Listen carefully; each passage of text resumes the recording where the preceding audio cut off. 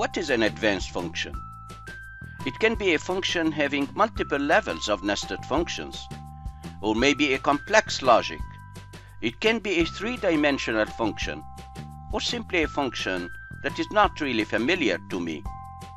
Most probably, it's all of that together. I am Nabil Murad. In this tutorial, I show you a roadmap on how to build the logic for creating an advanced function. I break it down into digestible parts. Along the way, I show you amazing tips and tricks that you will be applying in different situations when creating functions in Excel. To demonstrate the concept of building advanced functions, I'll be using an example of extracting records based on multiple criteria. You can watch my tutorial where I perform the same task using PowerQuery, dynamic arrays, advanced filter, or a VBA code. Now let's explore advanced functions in Excel.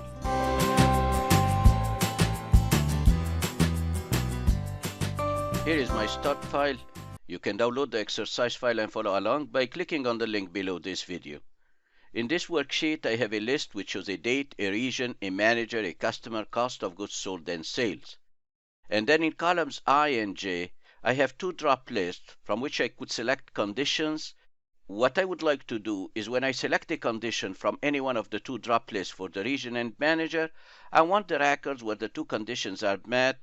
I want them to be extracted starting from cell L2. So if I change my condition, let's say I want North, then it's dynamic. If I change the name of the sales rep, let's say I select George, then I have North and George. I have 10 records for North and George, and they are extracted automatically. I do have a COUNTIFs function that counts the number of records that should be extracted. I have this function in cell I7, and I also created two things. I have a conditional formatting applied, which highlights the records where the two conditions are met, and I created a helper column in column A, where I have an incremental number which starts counting the first record as number 1, and if I double click on the lower border, I jump to the last record. I have 350 records in this list. I can double click on the top border to jump to the top, and what I would like to do is to extract those records where the two conditions are met. So right now, based upon the conditional formatting, I can say that I want to extract record number 5, and then I want to extract record number 28, 46, and so on. So I want to start thinking of the logic. Which function can I use to extract records? One of the classic functions of Excel, the index function. The index function is an extraction function. If you have the new set of functions available in Office 365, then you can use a filter function for this situation. You can watch my tutorial where I use dynamic arrays by clicking on the link below this video. I could extract the records by using so many techniques. I could use a PowerQuery, dynamic arrays, I could use an advanced filter, or use a VBA code. I encourage you to watch the corresponding videos by clicking on the links below this one. But in this tutorial, we want to think how to create an advanced function. And as I said, the classic function that would help me in this situation is an index function.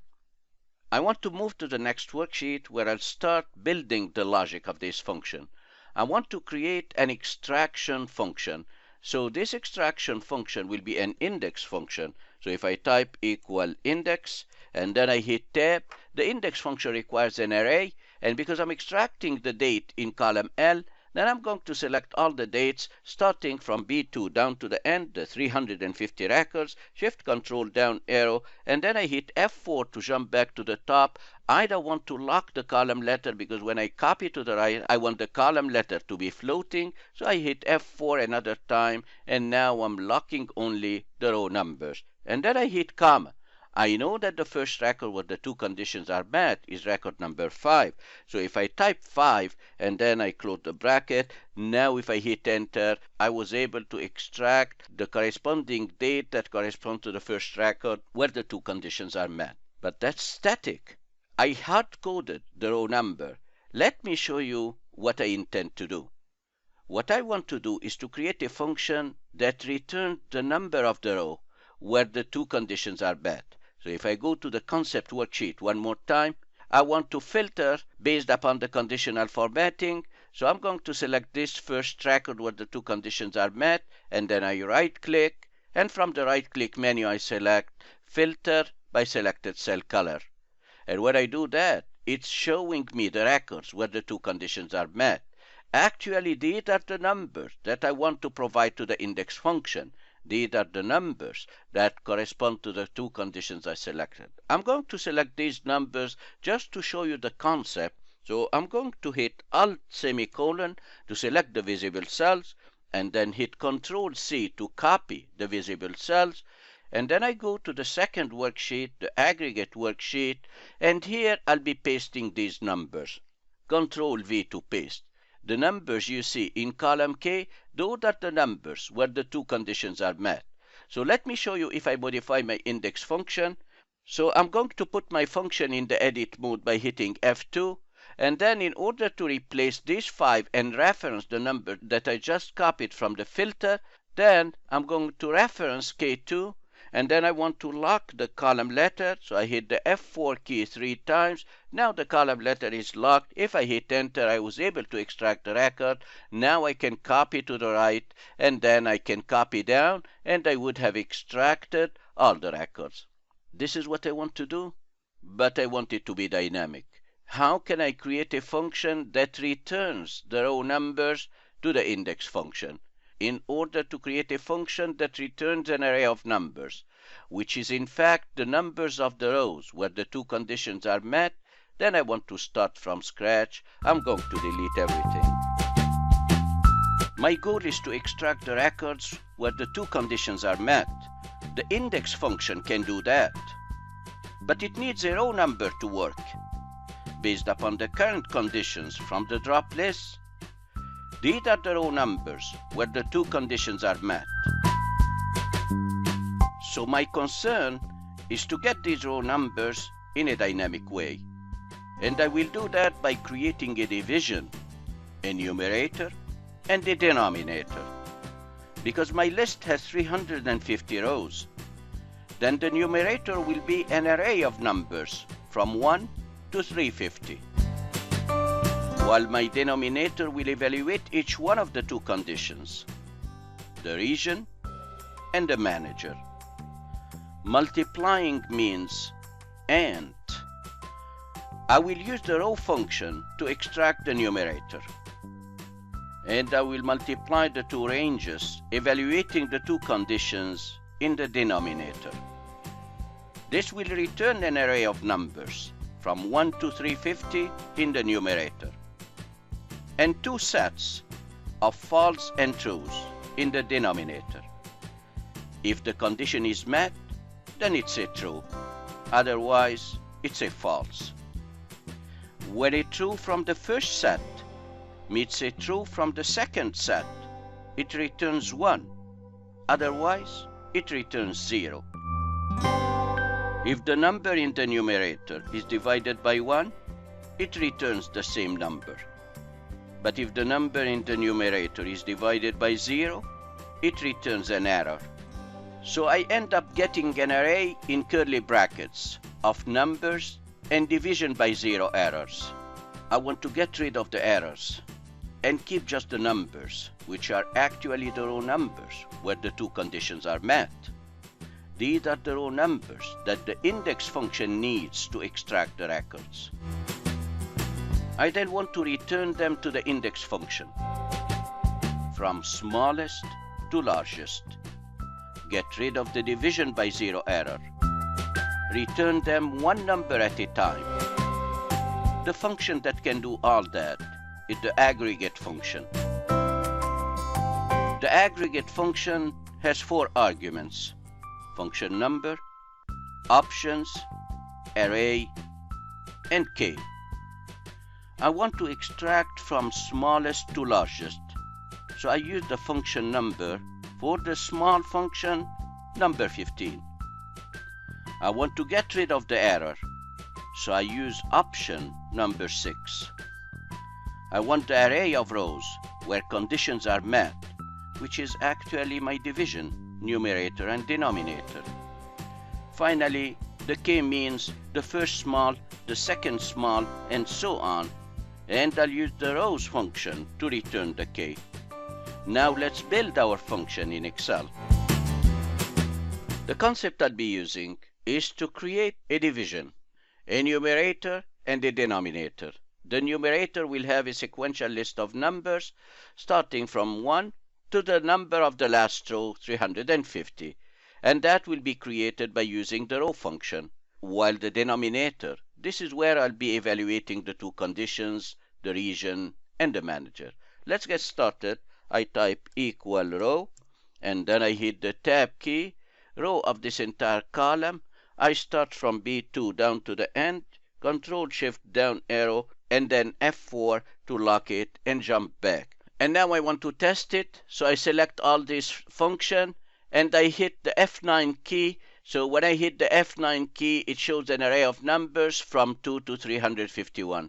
Well, I want to start counting from 1, so what if I hit Control Z and I subtract the row of the first value only? So I continue editing my function, I type minus row, and then I hit tab and I select only the first cell. I lock it by hitting F4 and I close the bracket.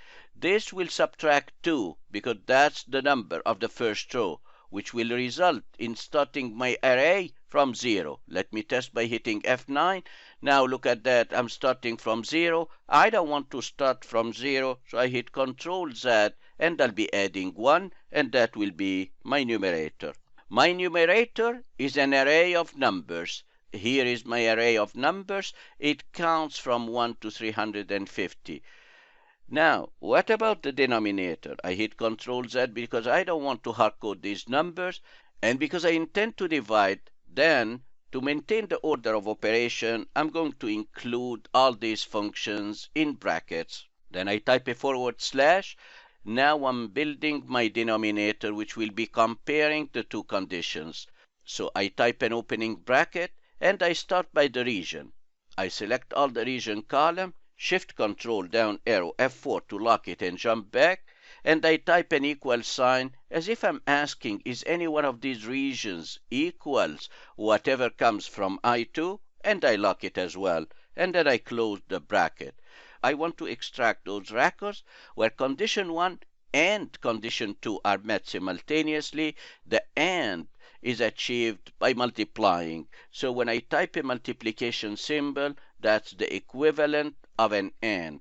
I open bracket to accommodate the second condition. For the manager, I select the first name for the manager. I hit Control Shift down arrow, F4 to lock it and jump back, and I'm asking, is any one of these managers equal to my selection in cell J2? And I lock this one as well, and I close the bracket. If you want to test any one of the two conditions, I'll be selecting the first condition, and this condition, when I evaluate it, it will be returning a bunch of trues and false. When the condition is met, it returns a true. When the condition is not met, it returns a false.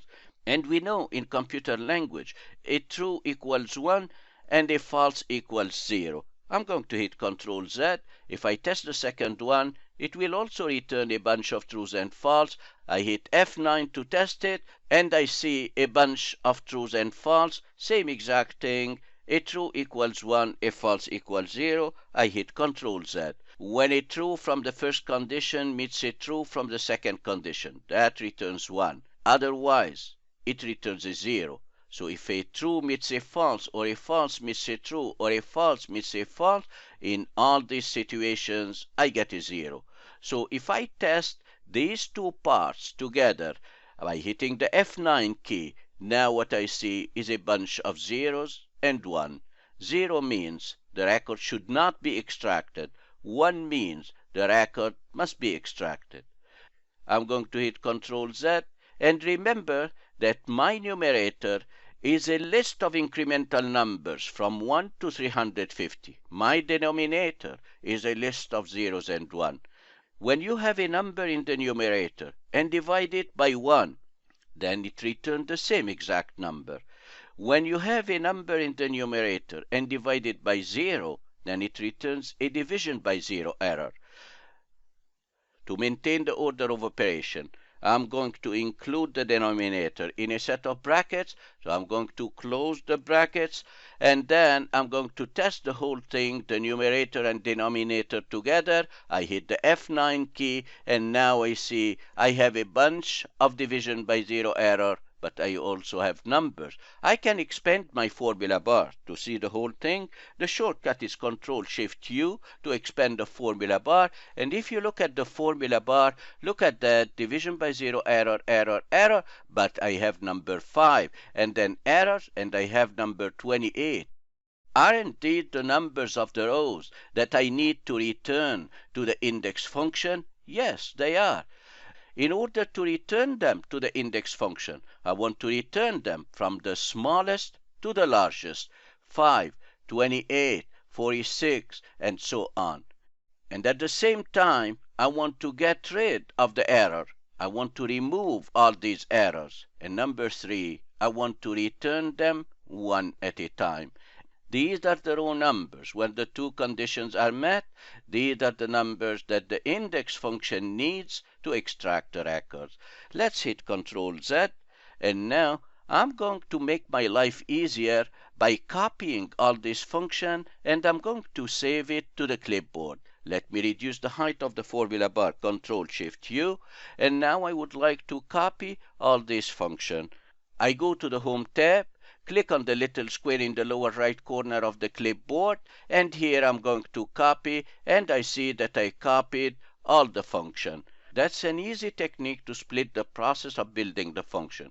So I built the inner part of the function, and now I'm going to move to the outer part of the function. My main function is the index function, and my inner function includes this division, the numerator and denominator. It's the most difficult part of the function, so I created it first and I saved it into the clipboard. Now I can delete it from the cell, and now I want to start creating the function that will get rid of the division by zero error, that will return all these numbers from the smallest to the largest, and at the same time will return them one by one to the index function. What's the name of this function? Let me close the clipboard for now. The name of this function is the aggregate function.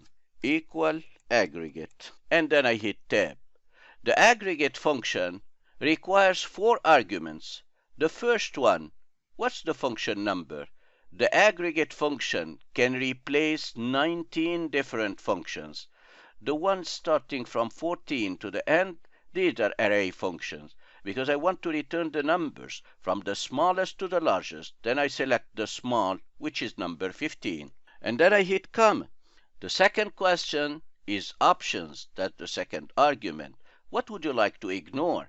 I remember that the division that I created earlier is returning a bunch of division by zero error. So what I would like to do is to ignore errors. So I'll be selecting number 6 to ignore error. That will eliminate all the errors. I hit tab to select 6. And then I hit comma, and here it asks me, where is the array of numbers from which you want to return from smallest to largest and ignore errors? Well, that's exactly what I copied to the clipboard. So I'm going to paste it. I open the clipboard, and then from here, I click on my function, the numerator and denominator, and I close my clipboard to make more room. The last argument of the aggregate function is k. So if I hit comma, what does it mean, k? It means I want to return the first small, the second small, the third small, and so on, which means I need to create a list of incremental numbers, 1, 2, 3, 4, that increments as I copy down. We have a function that increments when we copy down. It's the rows function. It's different than the row that I used earlier, the rows with an S. So if I type rows, and then I hit tab, rows of what? Select any cell. I'm going to select, let's say, cell K1, just as an example. You can select any cell you like. And then I hit Shift : to add the same cell one more time. I close the bracket from K1 to K1. That's one single row. I want to increment as I go down, so I select the first cell reference and I hit the F4 key. Now the first cell reference will not change as I copy down. The second one will increment as I copy down, so I end up by getting 1, 2, 3, 4, 5, and that's exactly what I need for the aggregate function. I finished with the aggregate function and I want to close the bracket, so I'm closing the last bracket. I just want to show you what this function is returning. This function will be returning the row numbers as I copy down. So if I hit enter, what you see right now looks like a date, but this is due of formatting. I'm going to copy down. So when I copy down, I stop here, and then I want to get rid of the formatting, so I hit the shortcut Control-Shift-tilde, and that's exactly what I want to extract. These are the row numbers that the index function needs. So let me hit Control-Z, and another Control-Z, and I want to copy all this aggregate function as I did before. I'm going to copy it to my clipboard. That's an easy technique when creating an advanced function. I select all the aggregate function, the function that returned the row number to the index function. I click on the copy command, and I would have copied it to the clipboard. Now let me delete the contents of L2 and start from scratch. Now that I have the aggregate function in memory, the one that returned the numbers to the index function, I'm ready to create my final function. Equal index. And then I hit tab. Index of what? This is the date column. Then I want to extract date. I select the first value under date, Shift Control down arrow, F4 to lock it and jump back. And because I want to be able to create a floating range, I don't want to lock the column, so when I copy to the right, it extracts the region, the manager, the customer, and so on, but I want to lock the row numbers. Then I hit another F4, so I have only the row numbers locked. I hit comma, and the second argument of the index function, we need a row number. Who will be providing this row number in a dynamic way? It's the aggregate function that we created earlier. So I'm going to paste Control V, and here is my aggregate function. Now if I close the bracket, I can move this screen tip by the way, and I want to close the bracket, and I would have created my function that will extract the record. I hit enter, and now I can drag to the right, and look what happens when I drag to the right. When I drag to the right, the cost of goods sold and sales look like date, and that is due to formatting. So I want to copy my function. I want to fill without formatting. So I hover over the options tag, and from the options tag I select fill without formatting, and that fixes the problem. Now the next thing I want to do is to copy down. I do have a countifs function which counts the number of records that should be returned based upon the selected conditions. But what happens if I go beyond the number of records that meet the two conditions? I will be getting a number error. Well, I want to fix this error. So I hit the F2 key to put my main function in the edit mode, and I would like to wrap this entire function in an if error function that will fix the problem. So I click right after the equal sign and I type if error, and then I hit tab. What do you want to do if all this bunch of functions is returning an error? I click at the end and then I type a comma. In this case I want nothing in the cell, so I type double quote, and I close the bracket. To populate this function I hit Control Enter. Now let's test how dynamic it is. So I'm selecting a different option from the drop list. Let's say I select East and George. I change the name and I select, let's say, East and Nabil. We have 6 records for East and Nabil.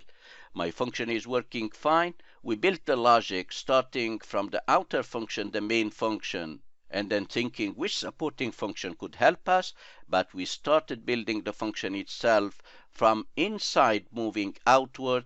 We built the supporting functions, then the aggregate function, then we built the main function, then the wrapping function.